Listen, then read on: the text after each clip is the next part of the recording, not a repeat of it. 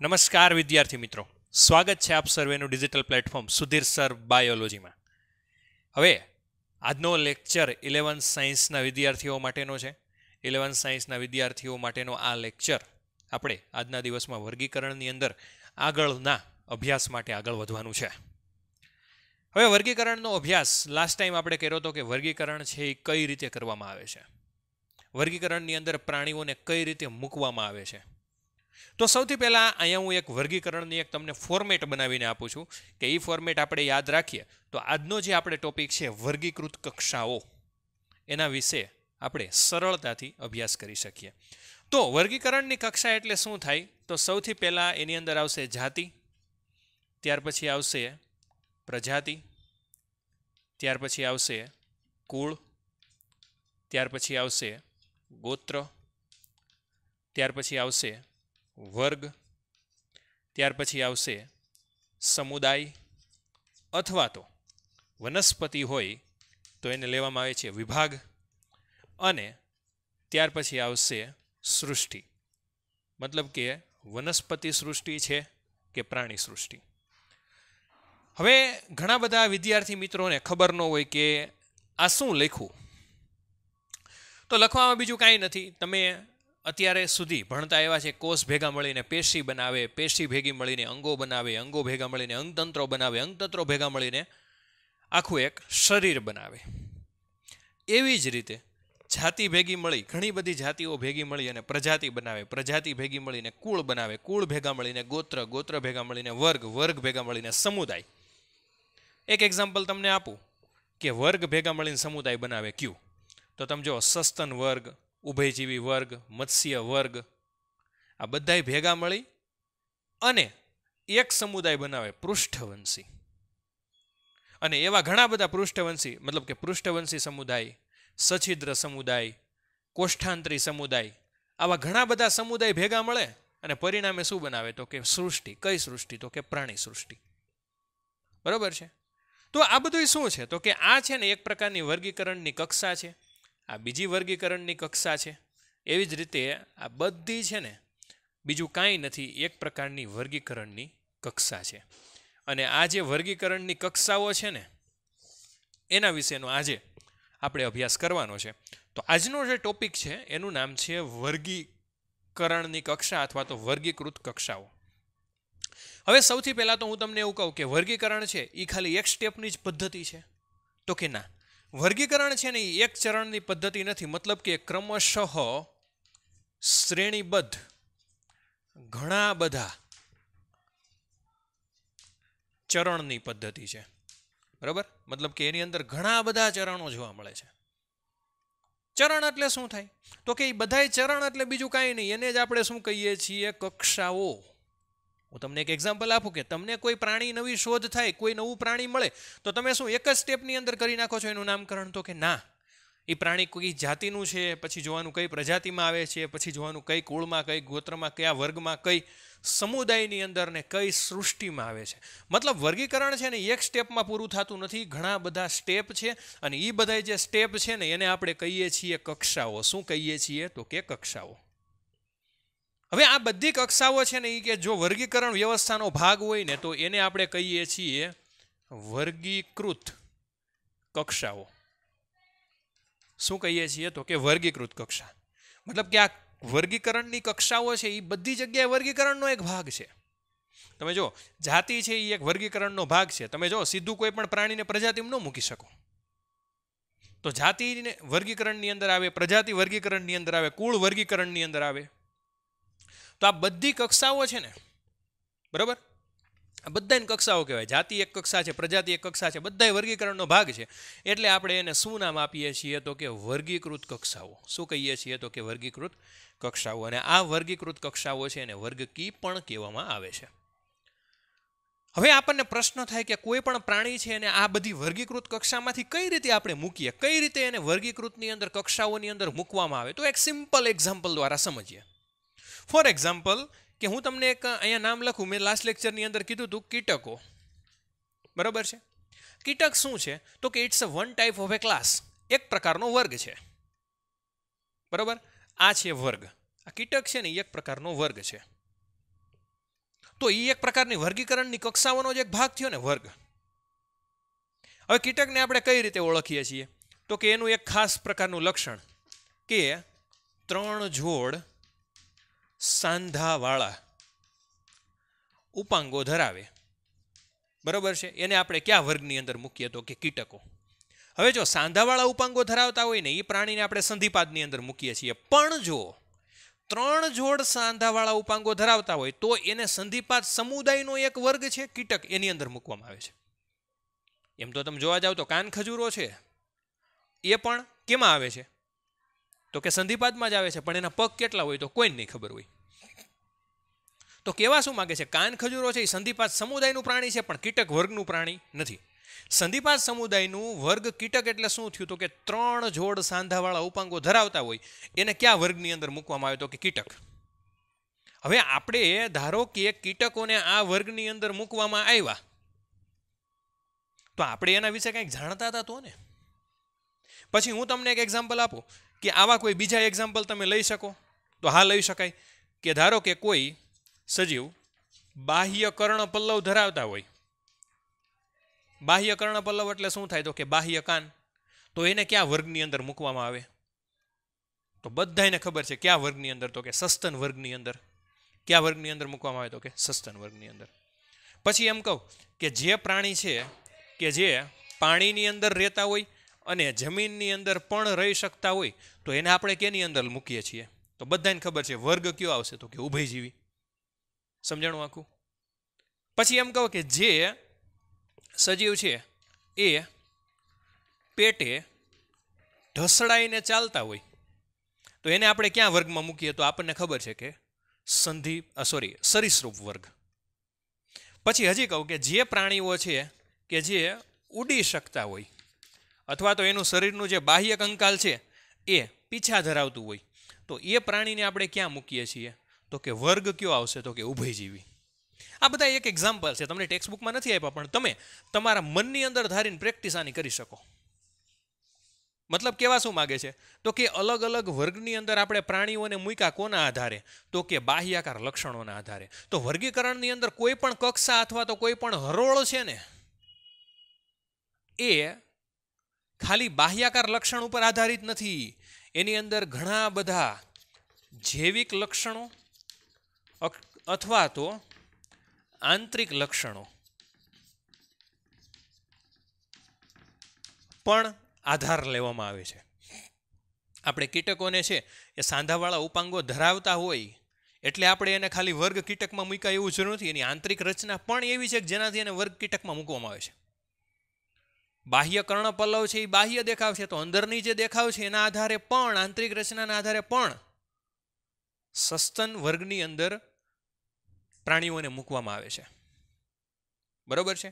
પછી હું તમને એક બીજું એક્ઝામ્પલ આપું કે ગોત્ર. જો કે આપણે આ બધા વિશે આપણે ભણવાનું છે વિસ્તૃતમાં, તો તમે એક એક વિશે અભ્યાસ કરશો ને પછી તમને ખબર પડશે કે આ વર્ગીકરણ ખરેખર છે શું. બહુ જ ઇન્ટરેસ્ટિંગ ટોપિક છે જો સમજો તો, બાકી ગોખે ભેગું થાહે નહીં. ઓકે, આગળ જોઈએ. હવે ધારો કે આપણે કોઈ પણ વર્ગીકરણ કરતા હોઈએ ને તો આપણે ઉપરથી નીચે સુધી ચાલુ કરીએ તો ઉપર શું આવે? તો કે સૃષ્ટિ, પછી સમુદાય, પછી વર્ગ, પછી ગોત્ર, પછી કુળ, પછી પ્રજાતિ અને પછી જાતિ. મતલબ હું તમને એમ કહું કે સૌથી પાયાનો એકમ વર્ગીકરણમાં હોય પાયાનો એટલે નીચેનો એકમ. નિમ્ન કક્ષાનો એકમ હોય વર્ગીકરણની અંદર તો કોણ છે? તો બધાને ખબર પડે કે નિમ્ન કક્ષાનો એકમ વર્ગીકરણની અંદર હોય તો કોણ છે? જાતિ. બરાબર છે? જેને કહેવામાં આવે છે સ્પીસીસ. બરાબર? SPECES. ઓકે, શું કહેવામાં આવે છે? તો કે સ્પીસીસ. હવે આપણને પ્રશ્ન થાય કે નિમ્ન કક્ષાનો છે એ જાતિ છે. હવે જો તમે વર્ગીકરણ છે એ વનસ્પતિનું કરતા હોઈએ ને તો જાતિ, પ્રજાતિ, કુળ, ગોત્ર, વર્ગ અને વનસ્પતિ હોય ને તો સમુદાય નહીં આવે. તો શું આવશે? વિભાગ આવશે. અને પ્રાણી હોય તો શું આવશે? સમુદાય આવશે. હવે આપણને પ્રશ્ન એવો થાય કે આટલું બધું છે, આપણે ધારો કે કીટક છે, વંદો છે, તો એને કઈ જાતિમાં મૂકવામાં આવે? કઈ પ્રજાતિની અંદર? કઈ કુળની અંદર? ક્યાં ગોત્રમાં આવે? ક્યાં વર્ગની અંદર આવે? ક્યાં સમુદાયમાં આવે? અથવા તો કઈ સૃષ્ટિમાં? સૃષ્ટિમાં તો પ્રાણી સૃષ્ટિ આપણને ખબર છે. બરાબર? આપણને સમુદાય ખબર છે વંદાનો, કયો? સંધિપાદ. વર્ગ ખબર છે, કયો? તો કે કીટક. હવે પ્રશ્ન એવો થાય કે એને ક્યાં ગોત્રમાં, ક્યાં કુળમાં, કઈ પ્રજાતિમાં, કઈ જાતિમાં. પ્રજાતિ જાતિ આપણને ખબર પડે. હાલો કે પેરીપ્લેનેટા અમેરિકાના એ વંદાનું નામ છે વૈજ્ઞાનિક, તો પેરીપ્લેનેટા છે એ પ્રજાતિ છે ને અમેરિકાના જાતિ. હવે ક્યાં કુળમાં ને ક્યાં ગોત્રમાં મૂકવામાં આવી એ આપણને કેમ ખબર પડે? અથવા તો આ બધી આપણને ખબર કેમ છે? તો કે આપણે સૌથી પહેલાં તો જે સજીવનું વર્ગીકરણ કરવું હોય ને એ સજીવને આપણે શેમાં મૂકવો પડે? તો કે એ સજીવને આપણે સૌથી પહેલાં શું કરવું પડે? તો કે એ સજીવને એના વિશેનું આપણી પાસે જ્ઞાન હોવું જરૂરી છે, બાહ્યાકાર વિદ્યાનું અને અંતસ્થ વિદ્યાનું. એટલે બાહ્યાકાર વિદ્યા અને અંતસ્થ વિદ્યા વિશેનું જો જ્ઞાન આપણી પાસે હોય તો એ સજીવને અન્ય સજીવ સાથે સમાનતા અને જુદાપણું બંનેને આધારે અલગ અલગ વર્ગની અંદર મૂકવામાં આવે. જોકે હવે આપણે એક્ઝામ્પલ સાથે સમજશું એટલે આવડી જશે. હવે આ બધાય કક્ષા વિશે ભણવાનું, મતલબ જાતિ શું છે, પ્રજાતિ શું છે, કુળ શું છે, ગોત્ર શું છે, વર્ગ શું છે. તો એમાં આજના દિવસમાં છે ને આપણે આ બે સ્ટેપ વિશે ભણવાનું છે, એક પ્રજાતિ અને બીજું શું તો કે જાતિ. તો આપણે પાયાથી ઉપર સુધી સ્ટાર્ટ કરીએ. ખાસ ધ્યાન રાખજો, હવે શરૂઆત થાય છે સરખી, એટલે ખાસ બધાય ધ્યાન રાખજો કે જાતિ એટલે શું થાય, પ્રજાતિ એટલે શું થાય, અને આગળ આપણે અલગ અલગ વિશે અભ્યાસ કરીએ. તો સૌથી પહેલાં આપણે આજના દિવસની અંદર અભ્યાસ કરવાનો છે જાતિ એટલે શું. તો અહીંયા હું લખું છું જાતિ, એને ઇંગ્લિશની અંદર કહેવામાં આવે છે સ્પીસીસ, અને પ્રજાતિ એટલે એને ઇંગ્લિશની અંદર કહેવામાં આવે છે જીનસ. હવે પ્રશ્ન એવો થાય કે જાતિની અંદર જાતિની વ્યાખ્યા શું? તો કે જાતિ એટલે શું થાય? તો કે ખૂબ જ નજીકના ગાઢ સંબંધ ધરાવતું સજીવોનું જૂથ, એને શું કહેવામાં આવે છે? તો કે જાતિ. એક સમાન લક્ષણ ધરાવતા હોય સજીવો અને એનું એક આખું જૂથ ભેગું થાય ને એને કહેવાય જાતિ. બરોબર છે? હવે એક જાતિ છે ને એ પોતાના ભિન્ન લક્ષણોથી અન્ય જાતિથી અલગ પડે. થોડાક એક એક્ઝામ્પલ દ્વારા આપણે સમજીએ. હવે અહીંયા હું થોડાક એક્ઝામ્પલ લખું છું. એક આંબો, ત્યાર પછી બટાટા અને ત્યાર પછી સિંહ. આ 3 લખું છું. તમારે સમજવાનું છે કે જાતિ એટલે શું થાય ઈ. હવે સૌથી પહેલાં તો આપણે આના વૈજ્ઞાનિક નામ યાદ કરવા પડે. આંબાનું વૈજ્ઞાનિક નામ શું? તો અહીં લખું છું મેન્જીફેરા ઇન્ડિકા. બરાબર? એમાં સૌથી પહેલો અક્ષર કેપિટલમાં,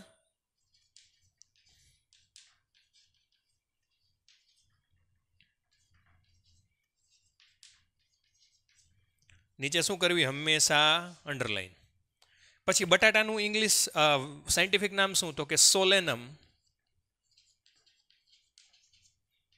ટ્યુબરોઝમ. પછી ત્રીજું સિંહની વૈજ્ઞાનિક નામ શું?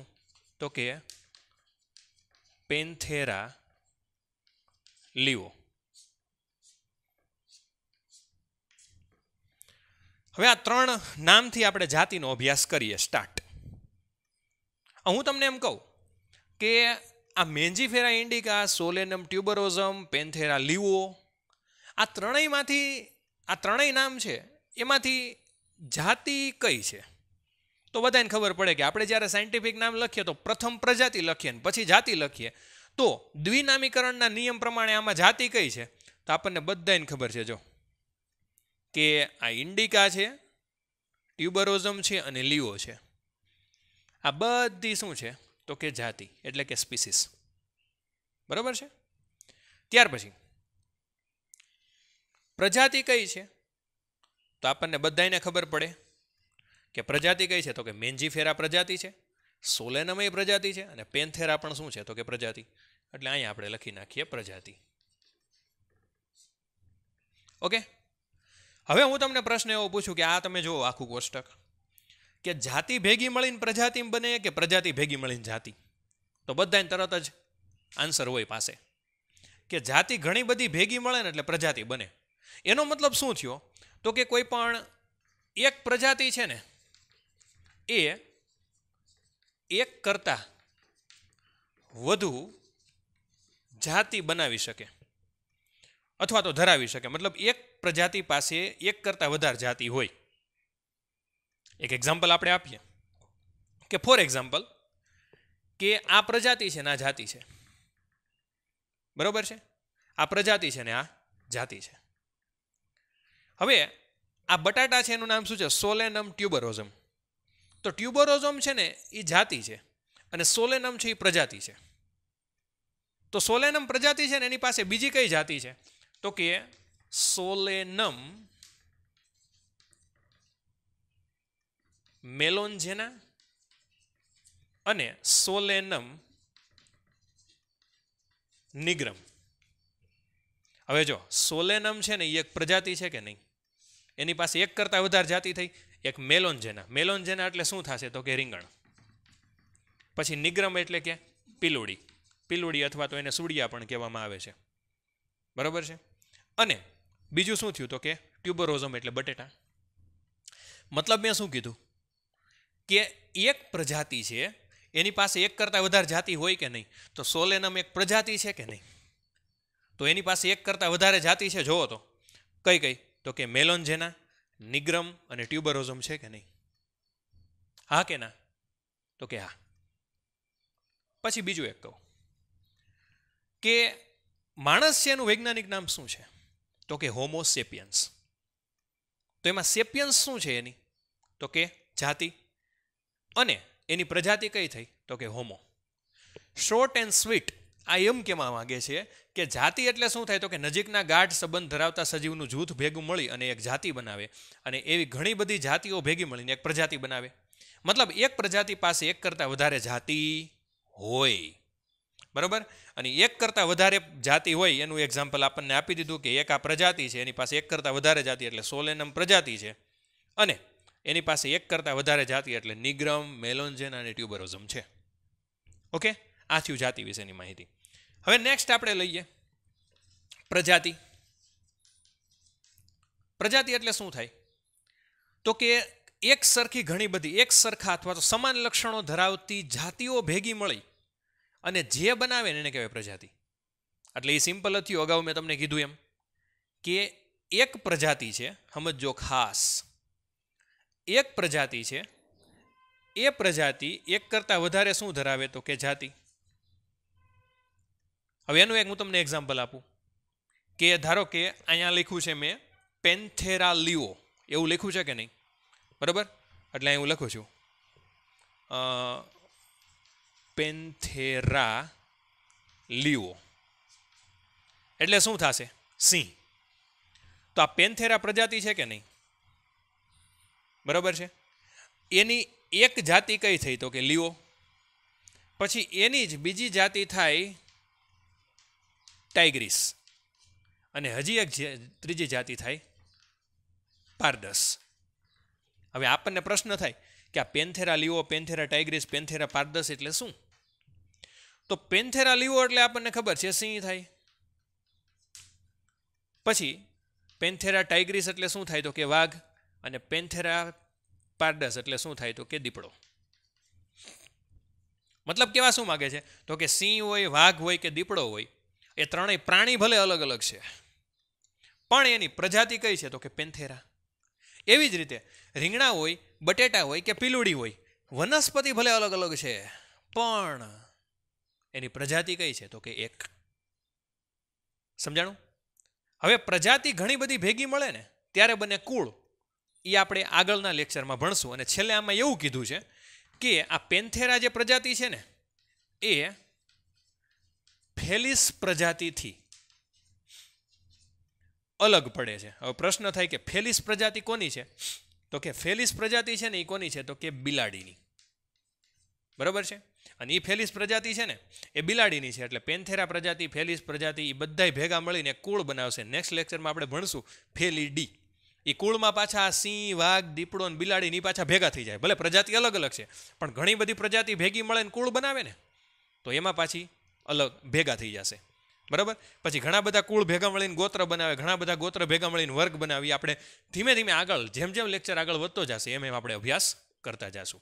ઓકે, તો આજના દિવસમાં ખાલી તમે જાતિ અને પ્રજાતિ એક કડકડાટ કરશો પાકું. એટલે આગળનું જે લેક્ચર છે એમાં કુળ, ગોત્ર અને વર્ગ એ આપણે નેક્સ્ટ લેક્ચરની અંદર અભ્યાસ કરશું. તો નેક્સ્ટ લેક્ચરની અંદર કુળ, ગોત્ર અને વર્ગ તમને ખાસ સારામાં સારી રીતે આવડવા જોઈએ.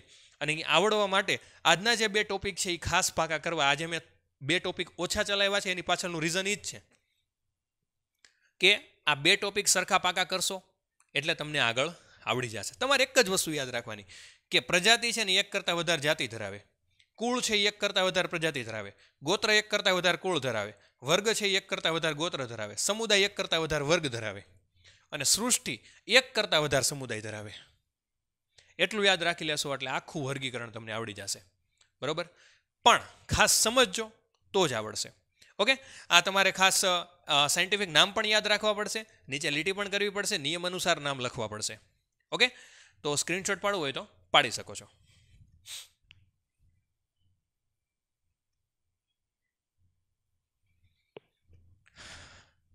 ઓકે, તો આશા રાખીએ કે લેક્ચર બધાને પસંદ આવ્યો હોય છે. વધુ ને વધુ ચેનલને લાઇક કરો, સબસ્ક્રાઇબ કરો, શેર કરો, અને કોઈ પણ પ્રકારનો પ્રશ્ન હોય તો તમે મારા કોન્ટેક્ટ નંબર ચેનલની અંદર એબાઉટ અથવા તો ઇન્ફો છે એની અંદર આપેલા છે, તો તમે મને કોલ પણ કરી શકો છો અથવા તો વોટ્સએપ પણ કરી શકો છો. ઓકે, ત્યાં સુધી જય હિન્દ, જય ભારત.